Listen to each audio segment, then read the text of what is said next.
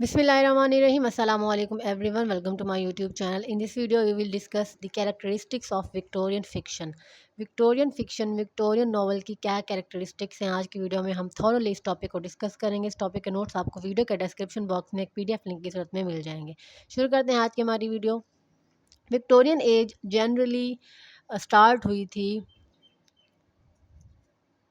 England में queen Victoria की हुकूमत के साथ, और ये जो पीरियड था 1837 से लेकर 1901 में, इसमें जो लोग थे इंग्लैंड के, उन्होंने वेल्थ, पावर और कल्चर में एक्सपेंशन को विटनेस किया था। मींस के इसमें बहुत ज़्यादा इंक्रीज़ हुआ था और ट्रिमेंडसली बहुत ही ग्रेट पीरियड था ये, जब बहुत से आर्टिस्टिक स्टाइल्स, लिटरेरी जो स्कूल्स थे और जो सोशल और पॉलिटिकल और रिलीजियस जो मूवमेंट्स थी वो फ्लोरिश हुई थी, वो ओरिजिनेट हुई थी इस एज में। और जो नावल था उसको बहुत ज़्यादा इम्पोर्टेंस दी गई थी इस एज में। Sphere of fiction. Early Victorian period में जो नावल था उसने रैपिड प्रोग्रेस की थी और नावल रीडिंग बहुत ज़्यादा पॉपुलर हो गई थी लोगों के दरमियान।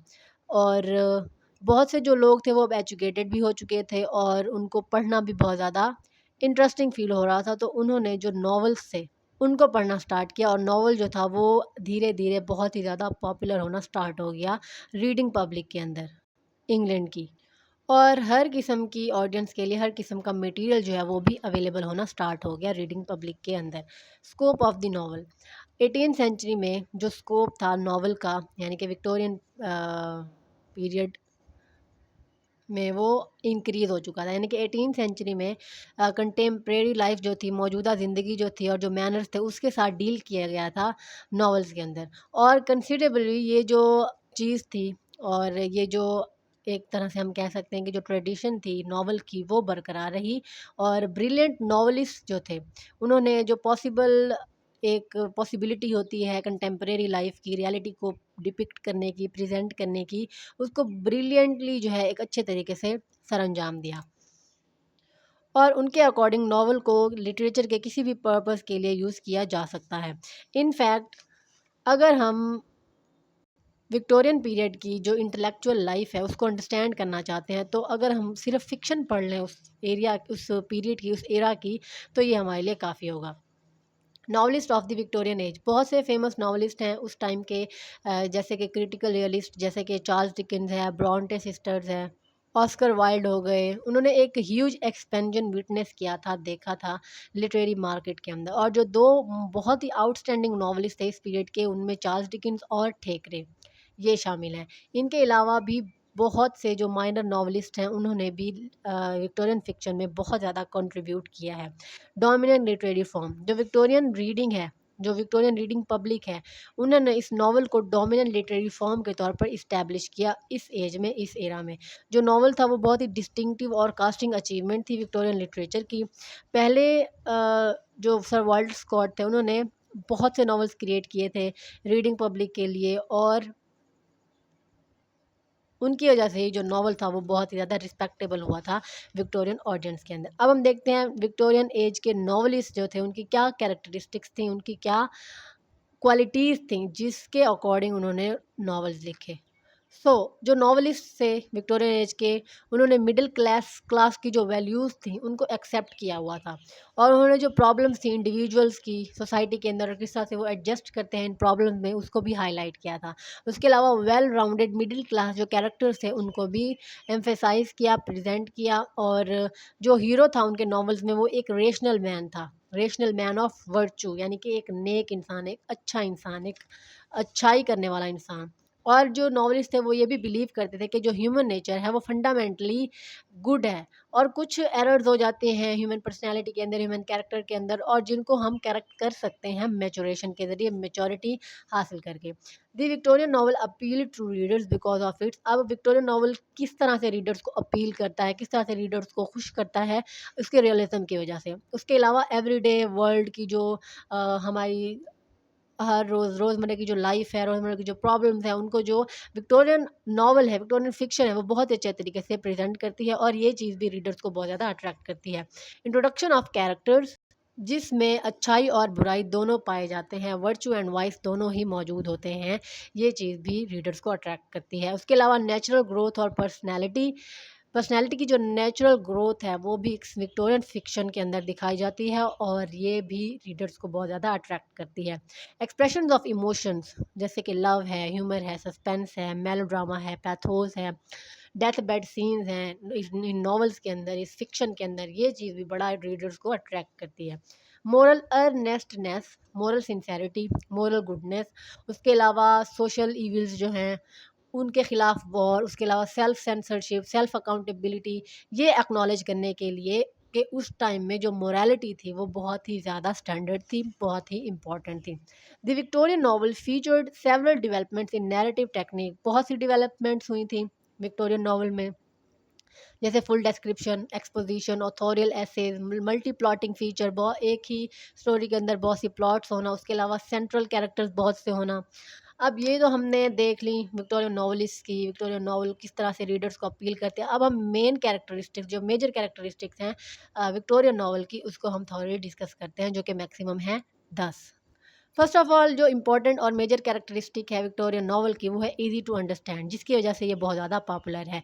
क्योंकि जब भी हम कोई चीज़ पढ़ते हैं, कोई चीज़ देखते हैं, जब हमें वो ईज़िली अंडरस्टैंड हम उसको नहीं कर सकते, तब हम उसकी तरफ अट्रैक्ट भी नहीं होते। और अगर कोई चीज़ हमें ईज़िली अंडरस्टैंड हम उसको कर रहे हैं, आसानी से वो हमें समझ आ रही है, तो फिर हम उसमें और ज़्यादा इन्वॉल्व होते चले जाते हैं, क्योंकि हमारी जो परसेप्शन है वो बहुत ज़्यादा आसानी से उसको समझ रही होती है और हमें ज़्यादा मुश्किल नहीं होती। लेकिन इसके बरक्स अगर कोई चीज़ हमें मुश्किल लगती है, थोड़ी-सी भी टफ़ लगती है समझने में, तो हम उसकी तरफ मज़ीद एडवांसिंग नहीं करते, क्योंकि हमारा ब्रेन हमारा साथ नहीं दे रहा होता। तो जो विक्टोरियन फ़िक्शन है वो ईज़ी टू अंडरस्टैंड है और कम पढ़े-लिखे जो लोग हैं वो भी आसानी से इसको पढ़ और समझ सकते हैं। तो ये भी एक मेजर कैरेक्टरिस्टिक है विक्टोरियन फ़िक्शन की पॉपुलैरिटी की। नेक्स्ट है सेम क्लास। अब जो प्रोटैगनिस्ट है नॉवल के अंदर, वो उन्हीं लोगों में से ही है जो लोग उसको पढ़ रहे हैं। मिडिल क्लास फैमिली से है, मिडिल क्लास सोसाइटी से है और एडवेंचर जो वो करता है, उसके अलावा जो उसकी लाइफ में जो वैल्यूज़ हैं, जो आइडियल्स हैं, जो ओपिनियंस हैं और जो उसकी लाइफ की सूरत हाल है, वो भी उन्हीं लोगों के जैसी ही है। तो लोग बहुत ज़्यादा अट्रैक्शन फ़ील करते हैं इससे, वो अपने आप को ही एक तरह से उस नॉवल के अंदर फ़ील कर रहे होते हैं।